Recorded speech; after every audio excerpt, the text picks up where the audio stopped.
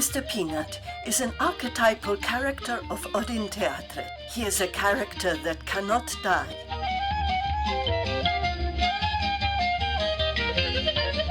His skull-like head identifies him as death. He was born slowly, but then it was as if he had always existed. Mr. Peanut has taken different forms. He has dressed as a woman and as a man. He has participated in many of Odin Teatret's performances. He has visited newspapers, beaches, supermarkets, libraries, churches, television studios, factories, swimming pools, hospitals, airports, stadiums, markets, schools, theaters, museums, prisons, barracks, and mayor's offices. In each city, he has stolen hats from policemen, glasses from teachers, ice creams from ice cream sellers. He has admired the breasts of beautiful women, visited ambassadors and ministers, the powerful, and those who suffer their power. He has walked on the Brooklyn Bridge in New York when the Twin Towers still existed and Berlin was still divided by a wall.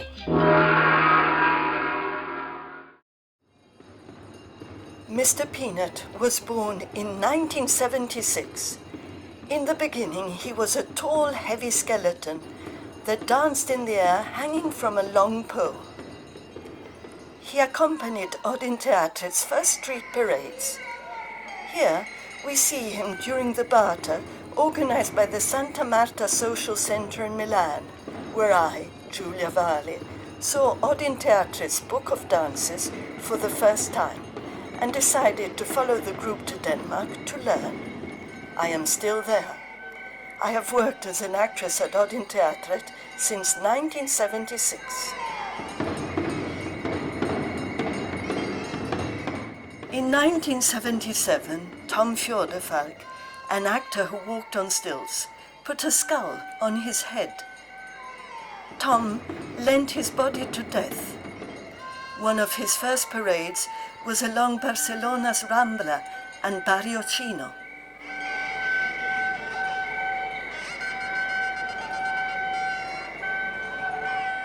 It was Tom who gave the name of Mr. Peanut to this character.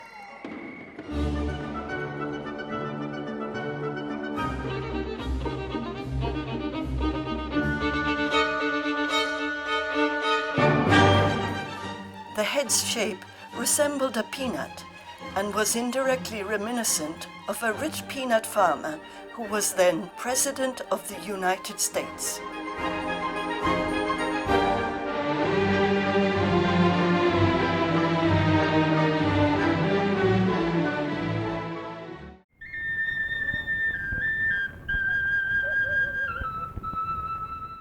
Mr. Peanut became one of the characters of Anabasis, Odin Teatret's street performance.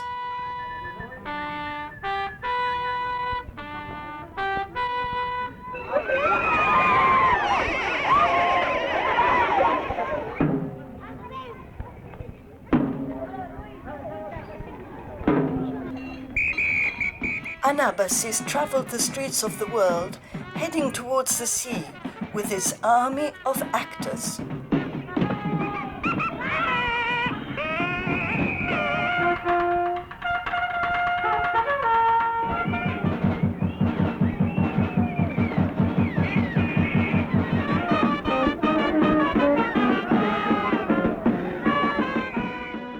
The characters in colorful costumes stopped in the squares and at crossroads and presented dances and battle scenes to the sound of drums and trumpets.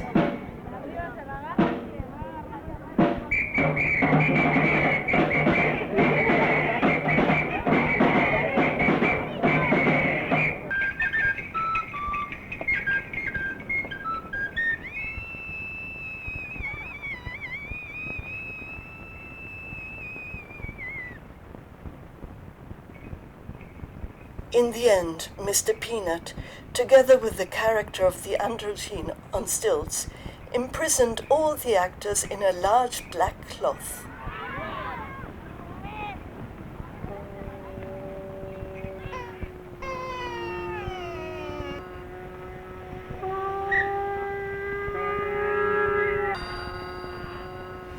With Anabasis, Mr. Peanut has visited many countries. One of the first trips was to Peru in 1978. He ventured into the neighborhoods where tourists did not dare to go, on the outskirts of Ayacucho in the Andes. There, Mr. Peanut and his companions were called Gringos Gigantes, and he rested in front of the cliff that descended towards the Pacific Ocean in Lima.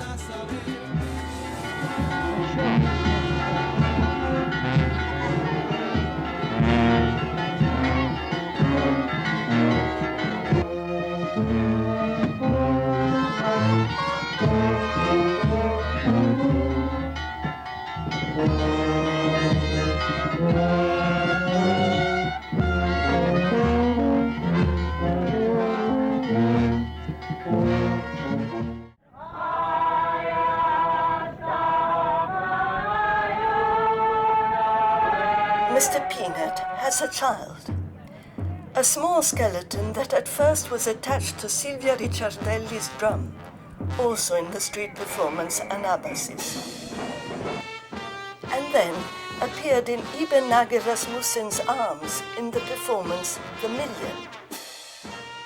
Later it emerged from an egg to dance to the rhythm of Chica da Silva in the performance Ode to Progress, and from a small coffin in the performance Ave Maria. In 1980, Mr. Peanut changed character. In order to no longer play the big drum in Anabasis, I, Julia, was willing to challenge my vertigo and try the high stills. I had inherited Mr. Peanut from Tom, and his head was now fixed on mine. Mr. Peanut changed. His long legs were adorned with feathers. The black tailcoat was embellished with white gloves, an embroidered shirt, and a red silk scarf around his neck. He began using a pocket watch, a comb, and a long stick. Death wiggled his bum and was playful and cheeky.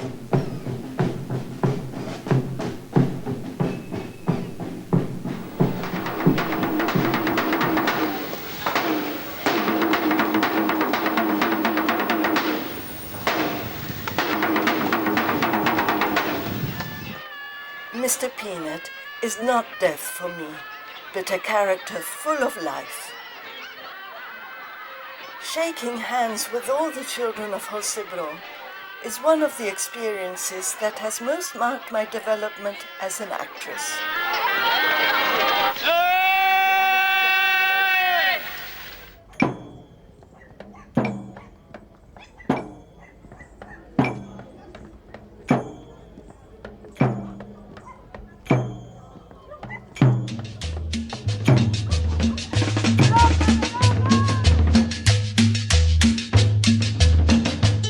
Mr. Peanut continued to travel the world.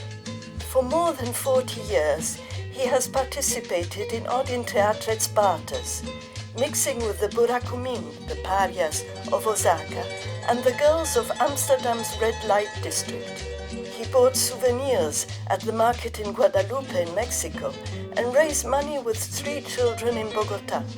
And when, still in Colombia, they saw him return to the village of Ráquira, where Odin Teatret had done a barter some years before, they thought that he was the one who had brought the rain that day, and they made offerings to him, guavas and avocados.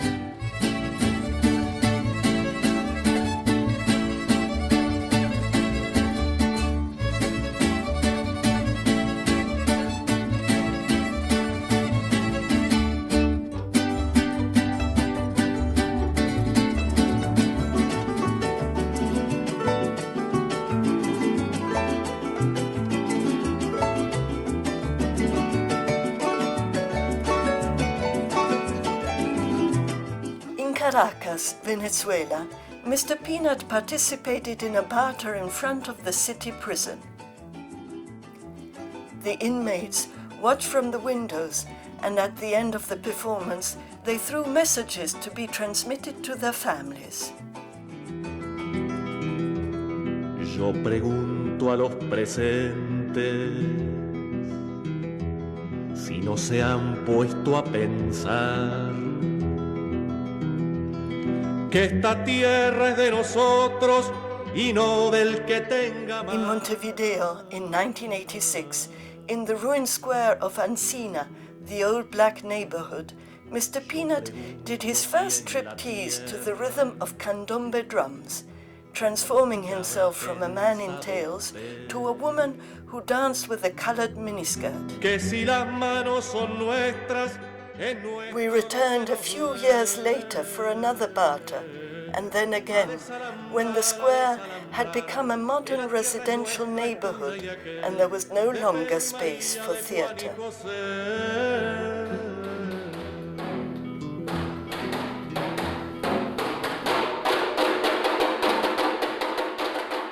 In Salvador de Bahia, Mr. Peanut conversed with Augusto Mulu and his dances of the Orisha, divinities of African origin. A few years later, Augusto became an actor at Odin Teatret.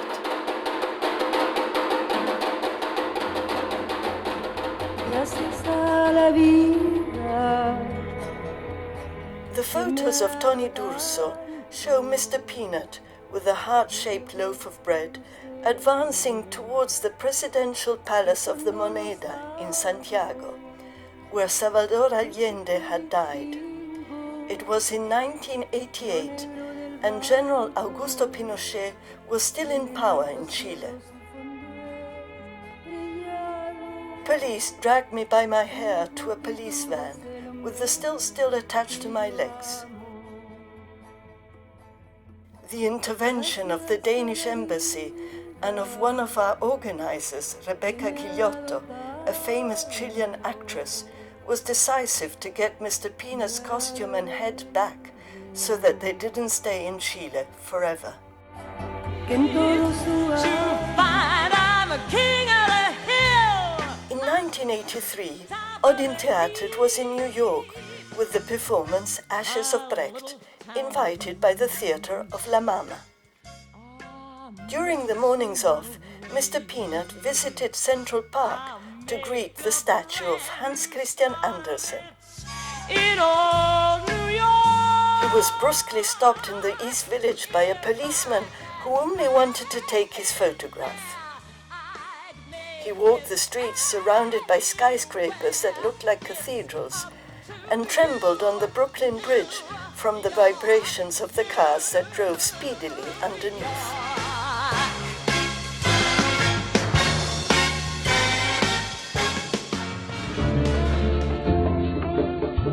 We were in the famous Plaza de Mayo in Buenos Aires for a demonstration against a new military coup attempt in 1987.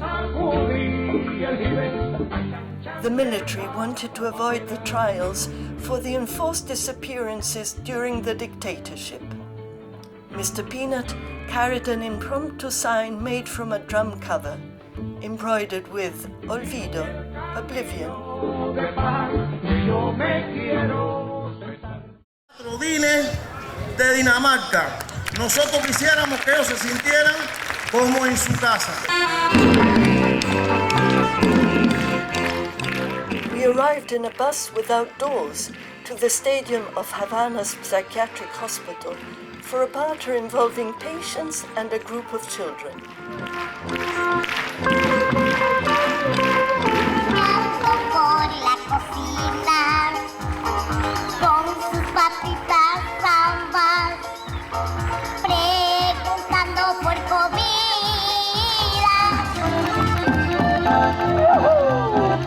Mr. Peanut did his dance from the performance Ode to Progress.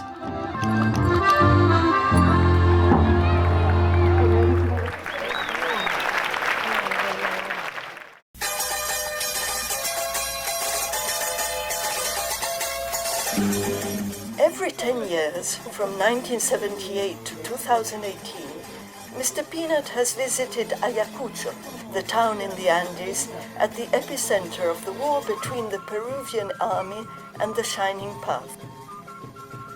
At each visit, it was a tradition to take a group photograph in the Plaza de Armas in front of the monument to General Sucre. After the visit in 1998, I had to confess that my legs could no longer cope with the weight of the stilts. So Mr. Peanut gave up his traditional height, and from that moment on, he appeared on foot in many of Odin Teatret's performances. In 2018, the mayor of Ayacucho knelt in front of Mr. Peanut, promising that the city would always welcome group theater encounters.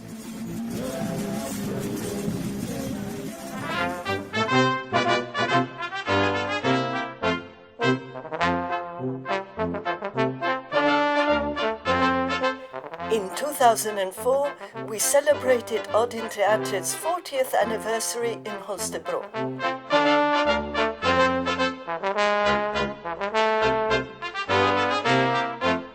Mr. Peanut, with a group of guests holding a rope, led the way to the town hall to attend the wedding ceremony between Odin Teatret, personified by the trickster in a wedding dress, and the city, personified by the mayor. I didn't know how hard it was to pull 50 people holding a rope in the rain.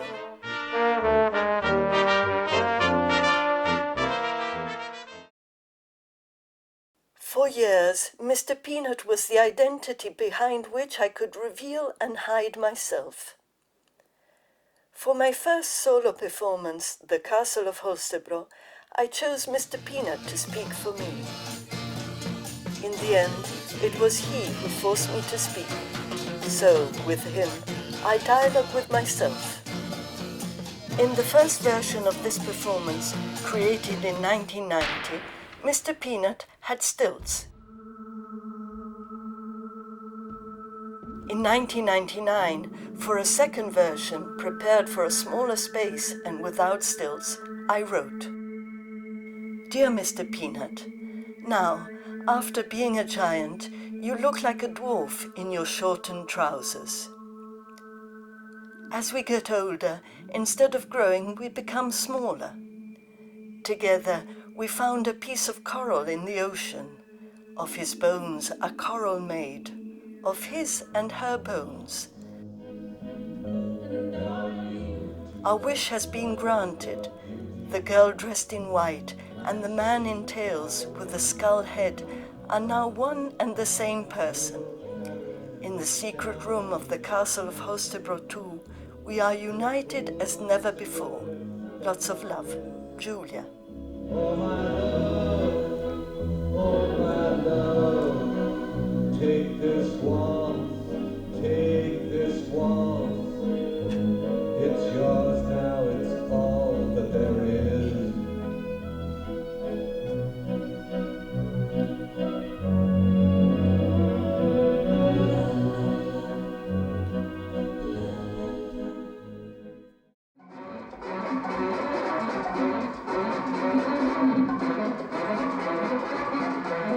Doña Musica is another character of mine who still accompanies me today.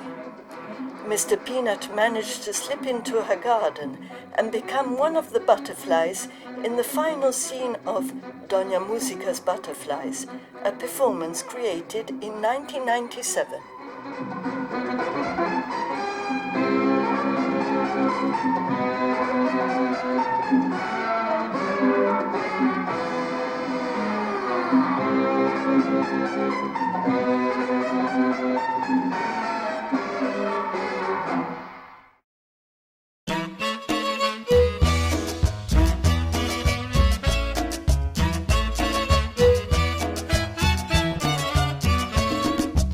In 1989, Odin Teatret celebrated its 25th anniversary by thanking the city of Holstebro, which had welcomed the foreign actors in 1966. Since then, every 2 or 3 years, we organize a festuke, a festive week, consisting of 9 days and nights of continuous theatricalization of the town's everyday life.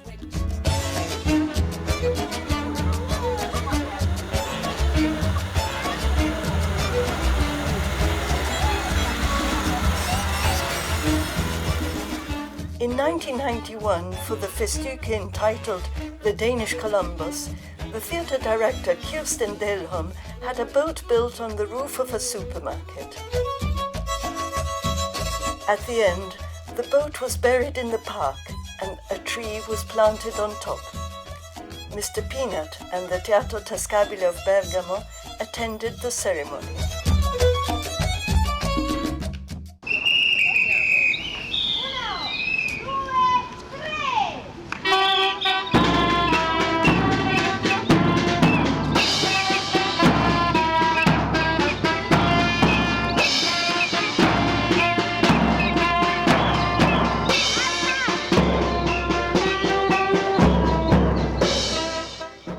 The 2005 Festuke, entitled The Splendor of the Ages, Mr. Peanut discovered how to change from a red dress to black tails and then into a white bride.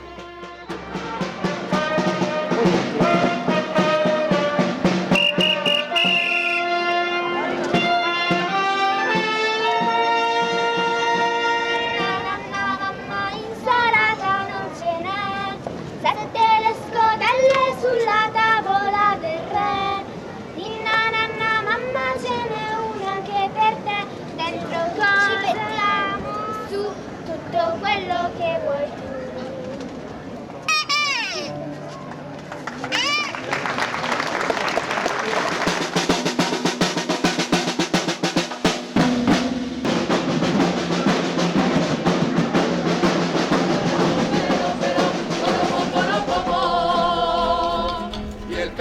De tu hermano, que no me venga con leyes, que paso yo solita. Le figliola che non amici sanno poco che cosa è bene, quando poi la vecchiezza viene s'asciuga.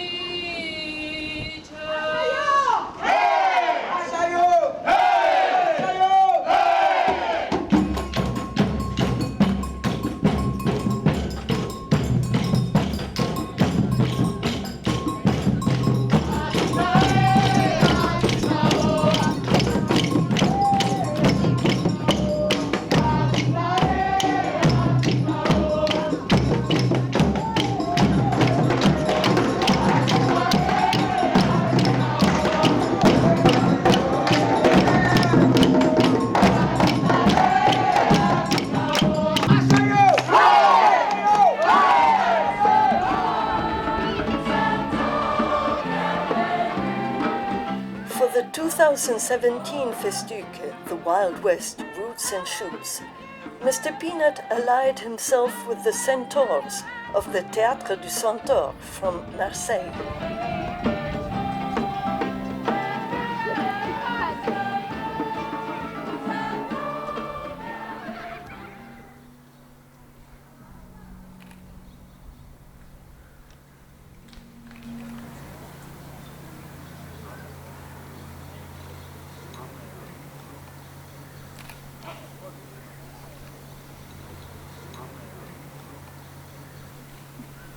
Some say love, it is a river that drowns a tender reed.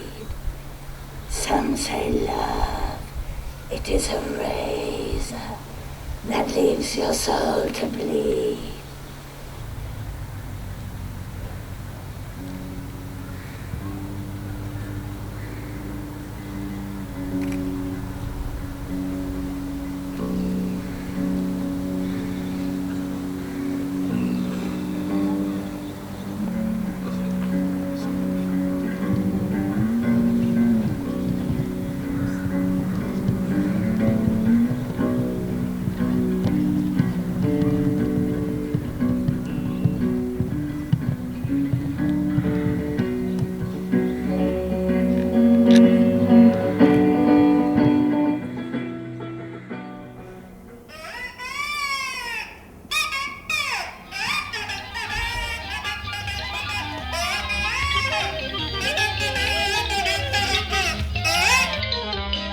Mr. Peanut is always ready to go out on the most diverse occasions to represent Odin Teatret and welcome those who come to visit us.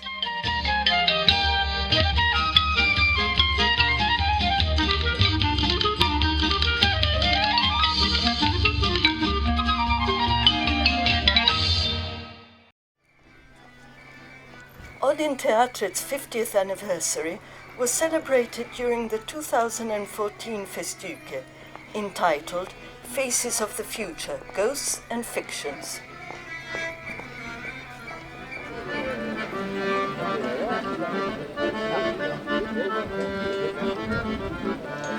Mr. Peanut dressed in Tyrolean style. He was part of the Mercurial family, together with the masks of Deborah Hunt, Carolina Pizarro, and Francesca Palombo, and Fabio Butera's puppets.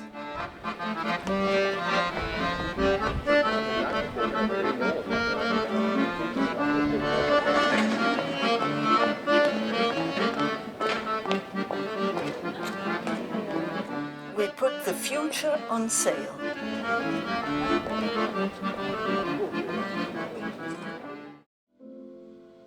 Mr. Peanut's most complex performance is Ave Maria, created in 2012, a ceremony made by death to commemorate the Chilean actress Maria Canepa.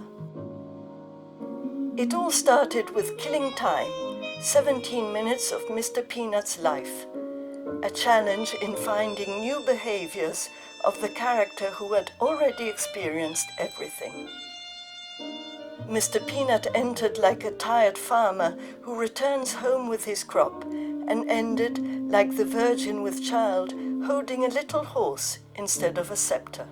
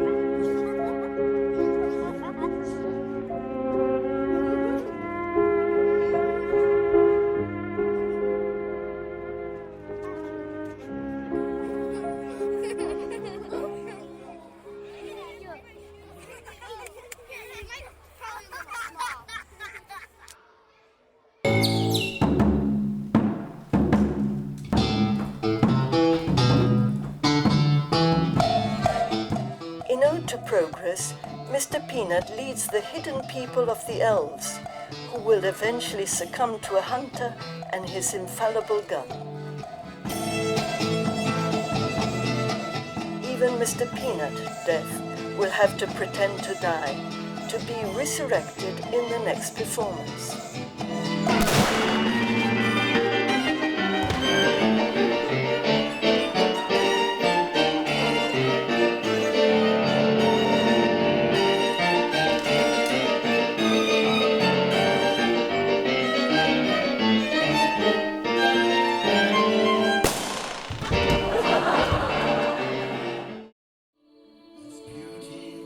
The Teatro Mundi is the ensemble formed by dancers, actors and musicians of ISTA, the International School of Theatre Anthropology.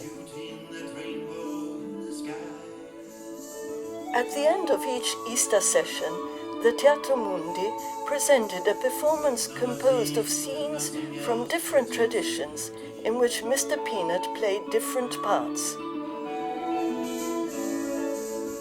Being on stage together with Asian and Afro-Brazilian, masks, actors, music, rhythms, characters and dances contributed greatly to enrich Mr. Peanut's story.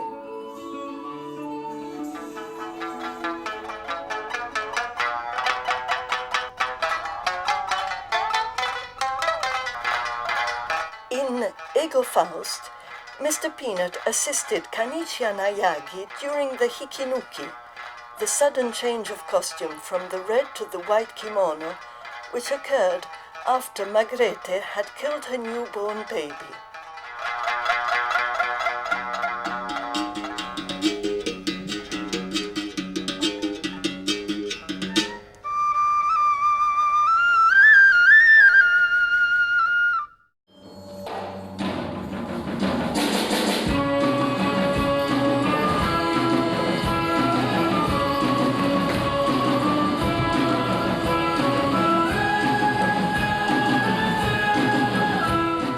Final banquet and an invasion of monsters introduced the scene closest to Mr. Peanut's heart.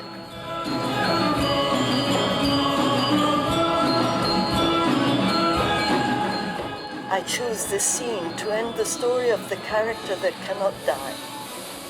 The transformation of death into a newborn baby in the arms of a woman at the feet of the Indian dancer Sanjukta Panigrahi.